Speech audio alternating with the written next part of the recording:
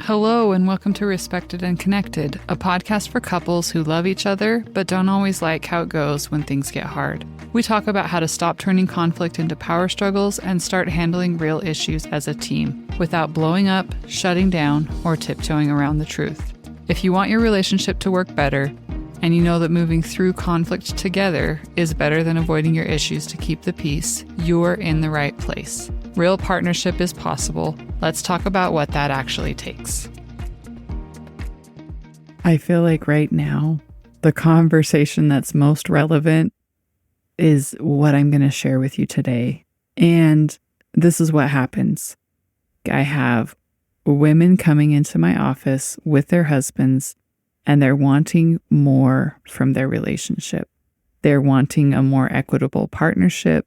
They're wanting someone who can contribute more to household chores, to childcare, to the mental load. And they're wanting somebody who's a little bit more emotionally invested in their relationship. So they're carrying a lot and they're asking for more. And they're often being met with quite a bit of defensiveness, resistance, maybe minimization. This isn't as bad as you think it is. I'm actually doing way better than you say I am. So there's this power struggle playing out in my office every single week. I think the thing that makes it even harder is not just I want more from my relationship and my partner isn't giving it to me. And all of these voices are telling me this is how it should be. And so I'm even more angry and upset that it's not working than I would be about anything else. Not only do men have higher pay in the workplace and more opportunities professionally, but they also are kind of given a pass at home. So we're seeing all of this play out culturally in the narrative around what women should want and expect and deserve, both at work and at home. And then we're trying to have these conversations with our partners. We're trying to talk about how to make it happen. And we're being met with a lot of resistance. So a lot of these women come to me, they're very angry. But then there's also this layer of shame underneath that, society is telling me I'm right to want this, that it's good for me to raise my expectations and it's okay for me to have higher standards. And I should want that. And it's not happening. So maybe there's something wrong with me. Maybe I picked the wrong partner. Maybe he doesn't care about me as much as these other men who seem to be doing partnership better must care about their partners. So we're carrying a lot of anger and shame, especially around these particular topics in our relationships. So if you're thinking, I want more for my relationship and it's not happening, what can I do? This episode is for you. If you go out into the world and ask for help on this issue, you're probably going to get a few different pieces of advice.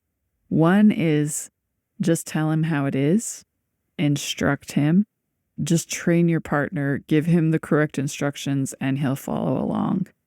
He'll get it and he'll come through. That doesn't always work. Obviously, that's why you're listening to this today. You know it doesn't work. Not for every single couple. And the fact that it works for some couples and not others can be the most painful part. I remember reading this in John Gottman's book, 7 Principles for Making Marriage Work. One of those principles is to accept your partner's influence. And what he said in the book is over his 40 plus years of research, he's found that about 2/3 of men are really terrible at accepting their wives' influence. And this is destructive in relationships. That statistic is kind of maddening, but it also was a little bit reassuring to me because I realized, you know what? I am just one of 2/3 of women who is struggling with this. And what I took from that, probably because I'm a pretty determined problem-solving kind of person, is it's not my fault that this is happening, but there are probably some things that I can do to be more influential in my relationship. And that's what I want to talk about today is how do you cut through the middle of I'm not going to throw a fit and get angry and use anger to get my way. It doesn't work. It only works short term when it does work. So getting angry, getting really demanding, using this power over control strategy to get what I want in my marriage isn't going to work long term. But also the other side of just deciding, you know what, this is just how marriage is. I need to tolerate it. I need to accommodate. I need to accept it or completely walk away. Maybe there's another way, a better way to be influential in my marriage in a relational way. So I want to talk about a few of the shifts that you can make to find that middle ground, that pathway that's loving and also strong at the same time. The first shift that I recommend you make is to drop the moral high ground.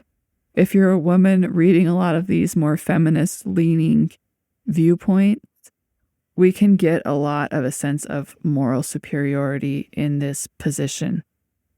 I was just having this conversation with a client today because she was really struggling with trying to work out an issue with her husband. And she was like, it's just not right. And I said, being the moral authority in your relationship is a losing strategy. The winning strategy is, this isn't good for me. This is not okay with me. This is not working for me. I want us to figure out a better way together. I want us to figure out something that works for both of us. So when you drop that moral high ground, that moral superiority that almost always creates defensiveness, I want you to, instead of focusing on right or wrong, focus on what's not working. And one of the things that I also encourage my clients who are struggling with this to do is to not just expect them to notice what needs to be done and do it, to talk through like, okay, you're going to be responsible for putting the kids to bed tonight. I'm going to be responsible for cooking dinner. You're going to be responsible for cleanup. This is what it looks like. So drop the moral high ground. It's not about like, I'm doing more, so I deserve something for that. Just drop that and focus on what's not working. And the next shift I want to talk about is separating your partner from the system. Sometimes I see this, and I know I've done it to my husband too, and maybe to other men, is to separate your beef with the patriarchy from your beef with your partner. Sometimes we bring in all of our grievances about how unfair things have been for us and for women in general, and our partner is the easiest target to direct all of that. So we're fighting a system. And also we have to recognize that our partner, maybe as entitled and selfish and clueless as he can seem sometimes, he is not the entire system. He's influenced by it just as we are. So if you treat him like he's the problem, if you treat him like he has to be like the perfect man who rises above all of patriarchy and is the perfect partner, you're going to be disappointed and he's going to feel attacked and defensive and like nothing he ever does is good enough. So just remember, like when you're bringing this all home into your families, you're not here to fix the patriarchy. You're here to create a better relationship and hopefully model something healthier for your kids. So I'm here to create a better relationship. When I'm with my partner in the walls of my own home, I'm focused on that just as much as anything else, because intimate connection heals. It's the only thing that really works to heal this messed up system that we're in. And the next shift I want to talk about is moving from protest to request. Gottman says to shift from criticism to complaint, but in relational life therapy, we say to shift from complaint to request. A lot of times we're seeing these issues that are gender-based issues and common conflicts between men and women. We're bringing a lot of fighting energy into this. That kind of fight, debate type energy might work out in the workplace, in the world. It doesn't work at home because we're trying to be an intimate partner, a place where you're telling your partner, I see you, I care about you, I have your back, and I accept you. And so that fighting energy, that protesting energy, that moral superiority is not going to create a biosphere where that can happen. Making requests is your secret weapon, how you can be most influential in your marriage. So protest energy, what women are being told is the empowered way to be, is things like you should already know. Men should be functioning adults. They should already know what to do. And if you have to ask your husband for what you want, then that's a problem. So a request would sound more like, can we work on this? Can we talk about how we share this responsibility? If you want something that's a little bit more ambiguous and emotional, this is a request that I've made to my husband. I was talking about some difficulties that I was having with my daughter, and he was like, it's because you do this, so you're creating your own problem. And rather than tell him he was being an insensitive jerk, I said, hey, when I come to you with this, what I'm really looking for is some support and reassurance. So when I come to you and I'm having a hard time with our daughter, could you just say, yeah, she can be really difficult sometimes. I have a hard time with that too. That's what I'm looking for in those moments, is some reassurance, not some pointing out of what I'm doing wrong to create my own problem.